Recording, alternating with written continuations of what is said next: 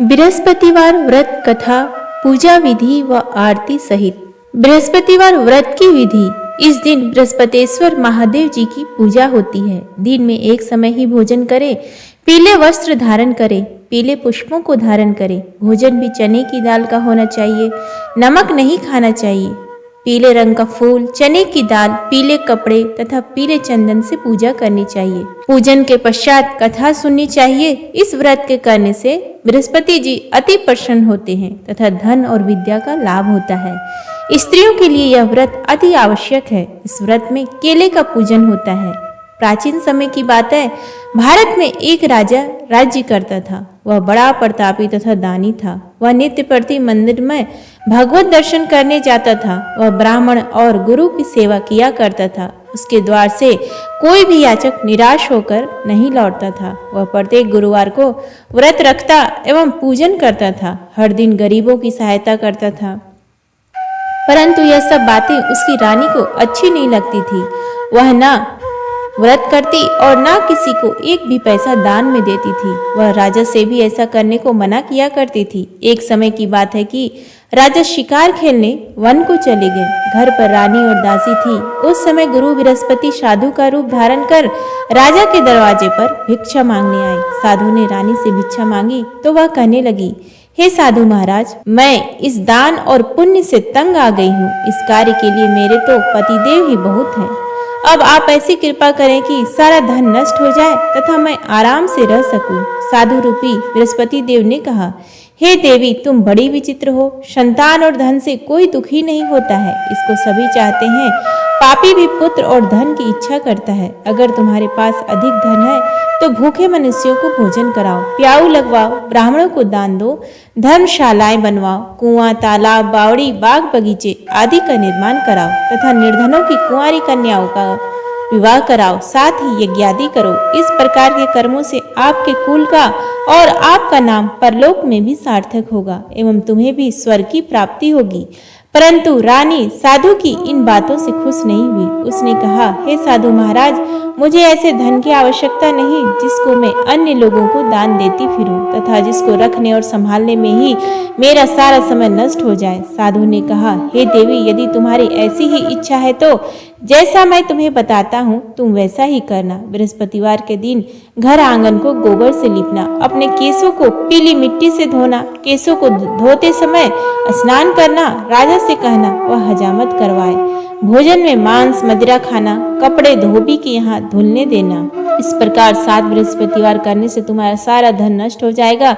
यह कहकर साधु महाराज रूपी बृहस्पति देव अंतर ध्यान हो गए। रानी ने साधु के कहे अनुसार 7 बृहस्पतिवार तक वैसा ही करने का विचार किया। साधु के बताए अनुसार कार्य करते हुए केवल 3 बृहस्पतिवार ही बीते थे कि उसकी समस्त धन संपत्ति नष्ट हो गई। भोजन के लिए दोनों समय परिवार तरसने लगा तथा सांसारिक भोगों से दुखी रहने लगा। तब राजा रानी से कहने लगा कि हे रानी, तुम यहाँ पर रहो, मैं दूसरे देश को जाता हूँ, क्योंकि यहाँ पर मुझे सभी मनुष्य जानते हैं, इसलिए मैं यहाँ पर कोई काम नहीं कर सकता। मैं अब परदेश जा रहा हूँ, वहाँ कोई काम धंधा करूँगा, शायद हमारे भाग्य बदल जाए। ऐसा कहकर राजा परदेश चला गया।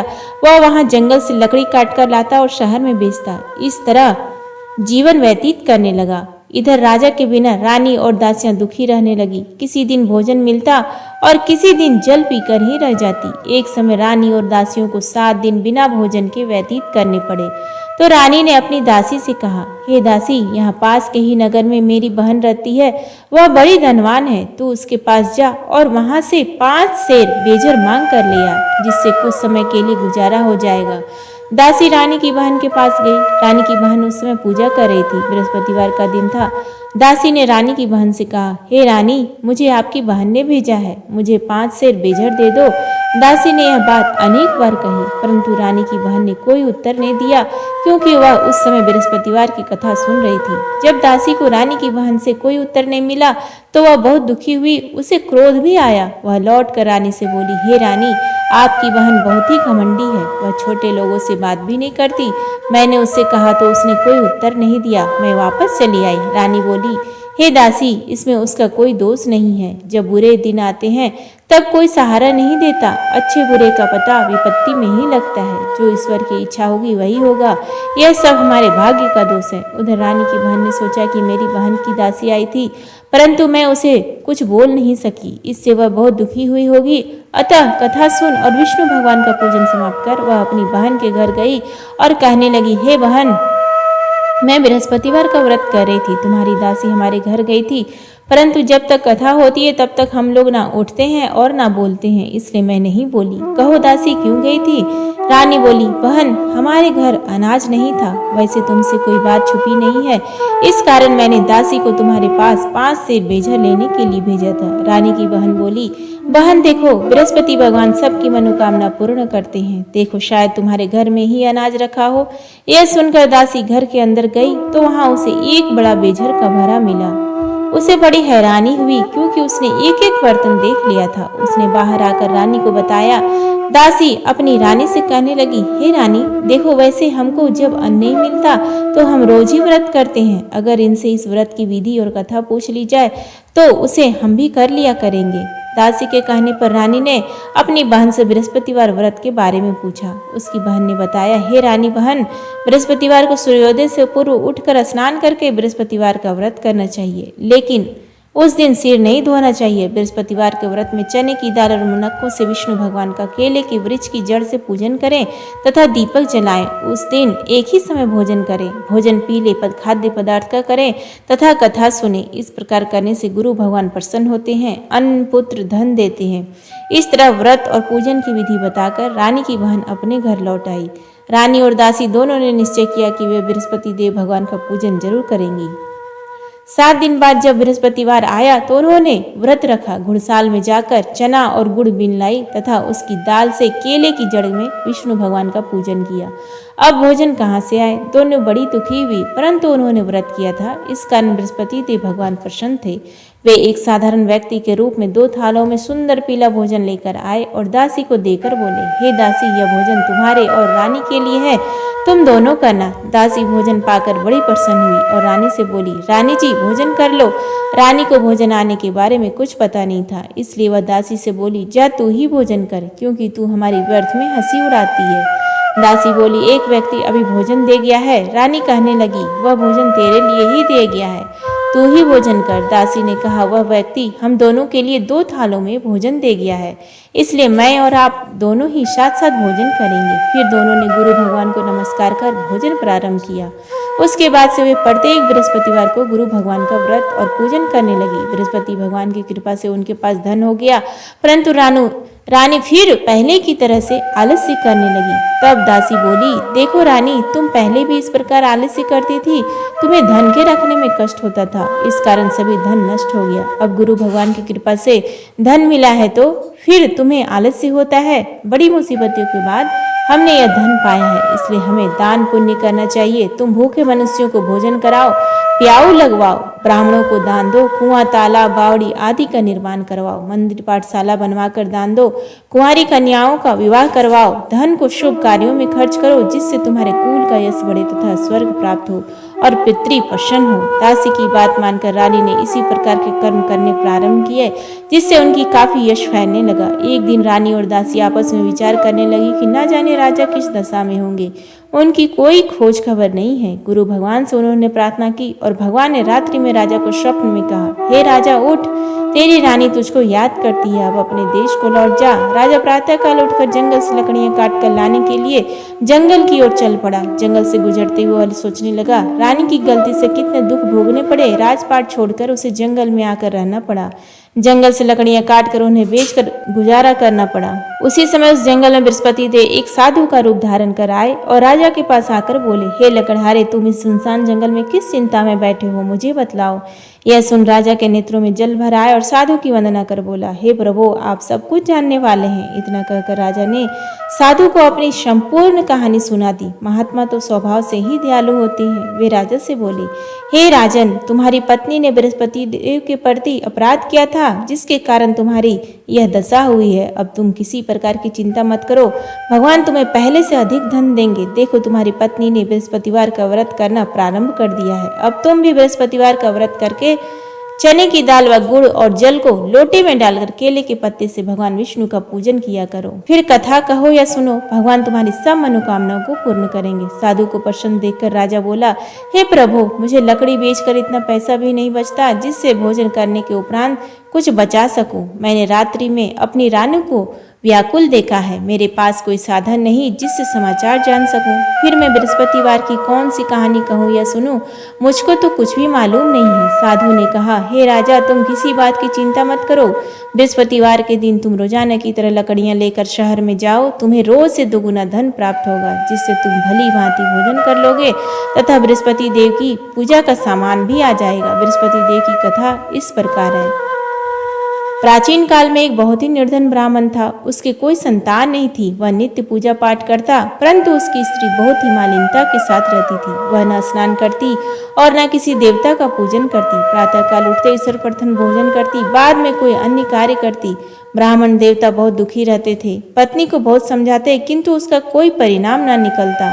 भगवान की अनुकंपा से एक समय उस ब्राह्मण की पत्नी गर्भवती हुई और 10वें महीने एक सुंदर कन्या को जन्म दिया। निर्धन ब्राह्मण कन्या के जन्म से बहुत दुखी हुआ। धीरे धीरे ब्राह्मण की कन्या बड़ी होने लगी। बचपन से ही उस कन्या की रुचि भगवान विष्णु की पूजा में थी। वह प्रातः उठते स्नान आदि करके भगवान विष्णु की पूजा करने मंदिर में जाती थी। बृहस्पतिवार को व्रत करके विधिवत पूजा पाठ करती। पूजा पाठ के बाद वह पढ़ने के लिए पाठशाला में जाती थी। घर से चलते हुए वह मुट्ठी भर जौ साथ ले जाती और पाठशाला के रास्ते में थोड़े थोड़े जौ गिराती जाती थी। जब वह पाठशाला से घर लौटती तो जौ के वह दाने सोने में बदले हुए मिलते थे। लड़की सभी सोने के दाने बीन लाती थी। एक दिन जब वह सोने के दानों को साफ कर रही थी तो उसकी माँ ने कहा, बेटी, सोने के दाने साफ करने के लिए सोने का सूप भी होना चाहिए।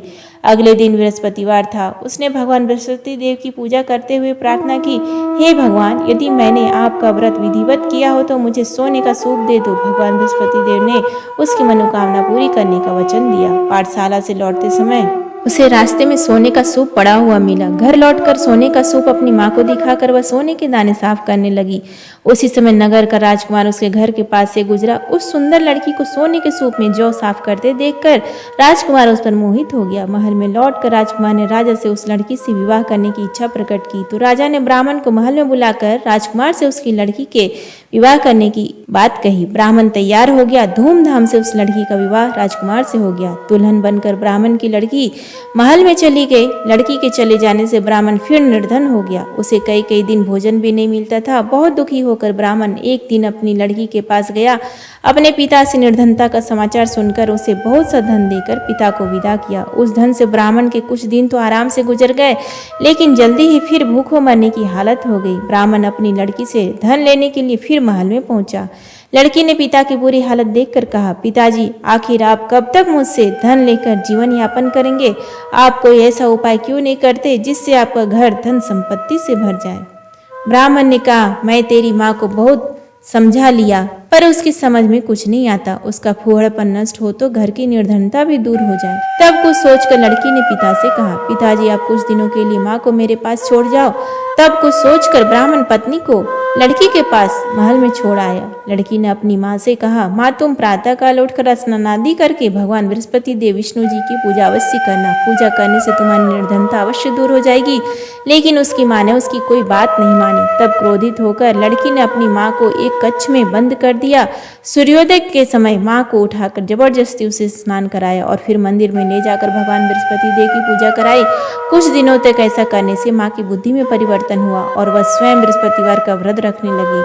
उससे व्रत रखने से ब्राह्मण के घर में भगवान विष्णु के अनुकंपा से धन की वर्षा होने लगी। दोनों पति पत्नी धन संपत्ति पाकर आनंद पूर्वक जीवन यापन करते हुए विष्णु धाम को चले गए। लकड़हारा बने राजा ने उन साधु से भगवान बृहस्पति देव की कथा सुनकर बृहस्पतिवार का व्रत करके भगवान विष्णु की पूजा की। उस दिन से उसके सभी क्लेश दूर हो गए। लेकिन अगले बृहस्पतिवार को कामकाज में अधिक व्यस्त रहने के कारण उसने भगवान बृहस्पति देव का व्रत नहीं किया था।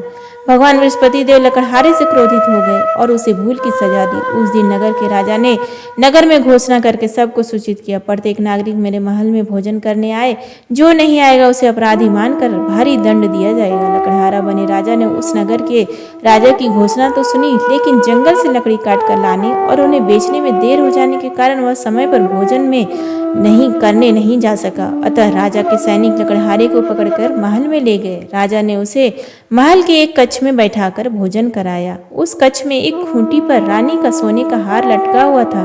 लकड़हारा अकेला उस कक्ष में भोजन कर रहा था। तभी उसने एक आश्चर्यजनक घटना घटती देखी। देखते ही देखते वह खूंटी हार को निगल गई। थोड़ी देर के बाद राजा ने हार को गायब देखा तो लकड़हारे को कारावास में डलवा दिया। लकड़हारा मन ही मन अपने भाग्य को कोसने लगा। तभी उसे जंगल में मिले साधु को स्मरण हो आया। थोड़ी देर में भगवान बृहस्पति देव सन्यासी के रूप में उसके सामने प्रकट हुए और कहा, हे लकड़हारे, तूने भगवान बृहस्पति देव की पूजा नहीं की, इसी कारण तुम्हें कष्ट हुआ है। लेकिन अब चिंता मत करो, बृहस्पतिवार के दिन कारागार के दरवाजे पर तुम्हें कुछ पैसे पड़े हुए मिलेंगे। उन पैसों से भगवान बृहस्पति देव का व्रत करके उनकी पूजा करोगे तो तुम्हारे सब दुख नष्ट हो जाएंगे। बृहस्पतिवार के दिन दरवाजे पर पड़े मिले पैसों से चने और गुड़ मंगाकर लकड़हारे ने बृहस्पतिवार की कथा कही। तो भगवान बृहस्पति देव ने प्रसन्न होकर उस नगर के राजा को स्वप्न में लकड़हारे को कारागार से मुक्त करने को कहा।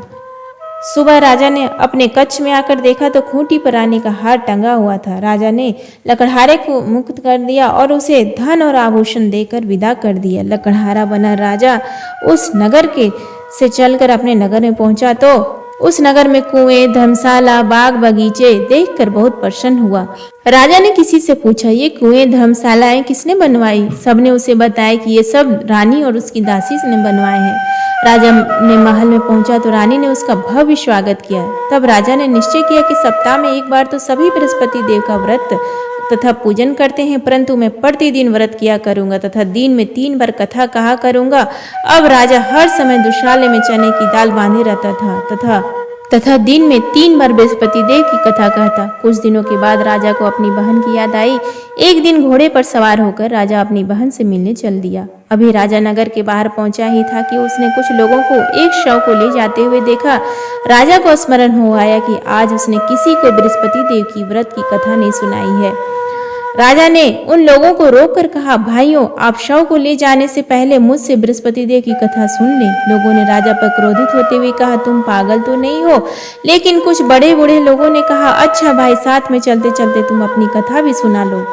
राजा ने चलते हुए आधी कथा ही सुनाई थी कि शव हिलने लगा। राजा की पूरी कथा सुनाते ही शव उठकर बैठ गया। लोगों ने हैरानी से दांतों तले उंगली दबाई और अगले बृहस्पतिवार से भगवान बृहस्पति देव का व्रत करने व कथा सुनने का निश्चय कर लिया। अब घोड़े पर सवार राजा चलते हुए एक किसान के पास पहुंचा। किसान अपने खेत में हल चला रहा था। राजा ने कहा, अरे भाई, मुझसे बृहस्पतिवार की कथा सुन लो। किसान झुंझलाकर बोला, अरे भाई, देख नहीं रहे, जितनी देर तक तुम्हारी कथा सुनूंगा उतनी देर में तो पूरे खेत में हल चला लूंगा। राजा निराश होकर चलने लगा। तभी किसान के बैल लड़खड़ाकर जमीन पर जा गिरे।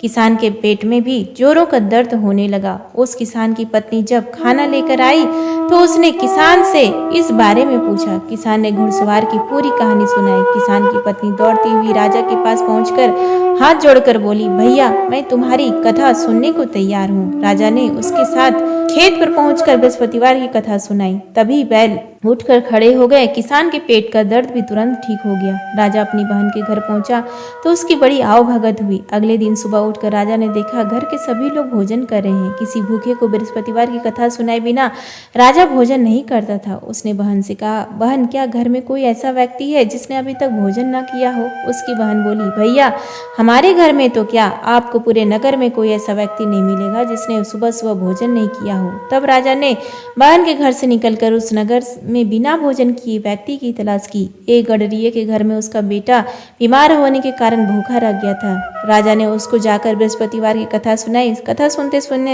सुनते गडरिये का बीमार बेटा बिल्कुल ठीक हो गया। सबने राजा की बहुत प्रशंसा की। एक दिन राजा ने अपनी बहन से कहा, बहन, अब हम अपने घर जाना चाहते हैं, तुम भी हमारे साथ चलो, कुछ दिन वहां रहकर लौट आना। राजा की बहन ने अपनी सास से पूछा तो सास ने ताने देते हुए कहा, बहू, मायके जाना हो तो अकेली जाना, मेरे पोतों को नहीं ले जाना।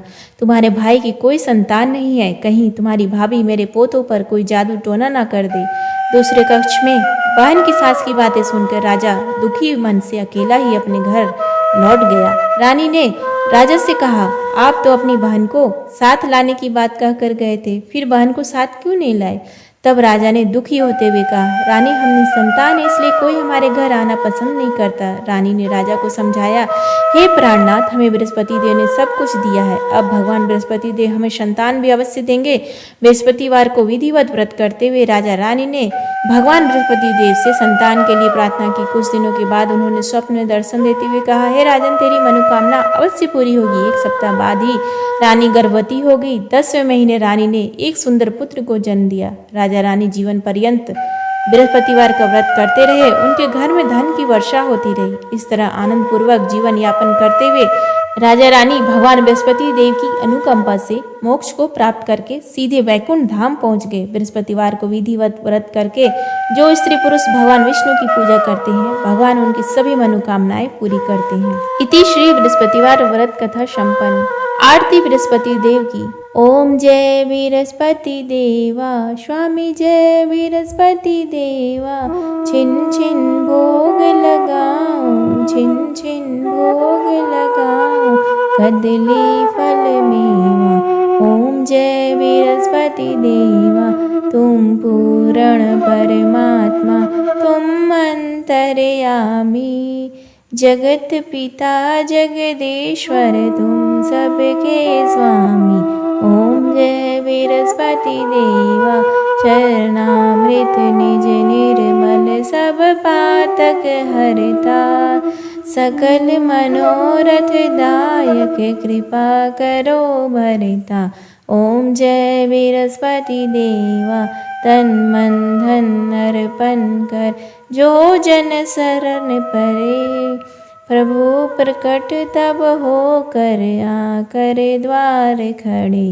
ओम जय बृहस्पति देवा, दीन दयाल दयानिधि, भक्तन हितकारी, पाप दोष सब हरता, भव बंधन हारी। ओम जय बृहस्पति देवा, सकल मनोरथ दायक, सब संशय हारी, विषय विकार मिटाओ, संतन सुखकारी। ओम जय बृहस्पति देवा, जो कोई आरती तेरी प्रेम सहित गावे, ज्येष्ठानंदानंदन शो निश्चय पावे। ओम जय बृहस्पति देवा, स्वामी जय बृहस्पति देवा। प्रेम से बोलिए बृहस्पति देवता की जय। उम्मीद है आपको आज का यह वीडियो पसंद आया, तो प्लीज़ वीडियो को लाइक करें, शेयर करें और कमेंट बॉक्स में जय श्री हरि विष्णु, जय बृहस्पति देवा लिखना ना भूलें। धन्यवाद।